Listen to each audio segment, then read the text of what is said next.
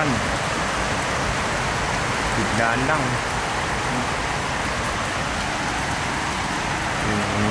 Yun yung ginagawa namin. Buti lang nakababagad kami sa lakas ng ulan. Grabe. Oh, yung ilog oh. Lakas ng tubig sa ilog oh.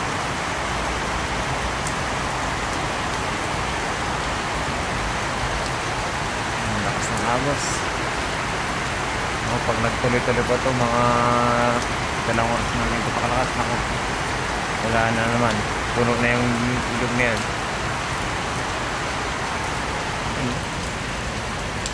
Dito.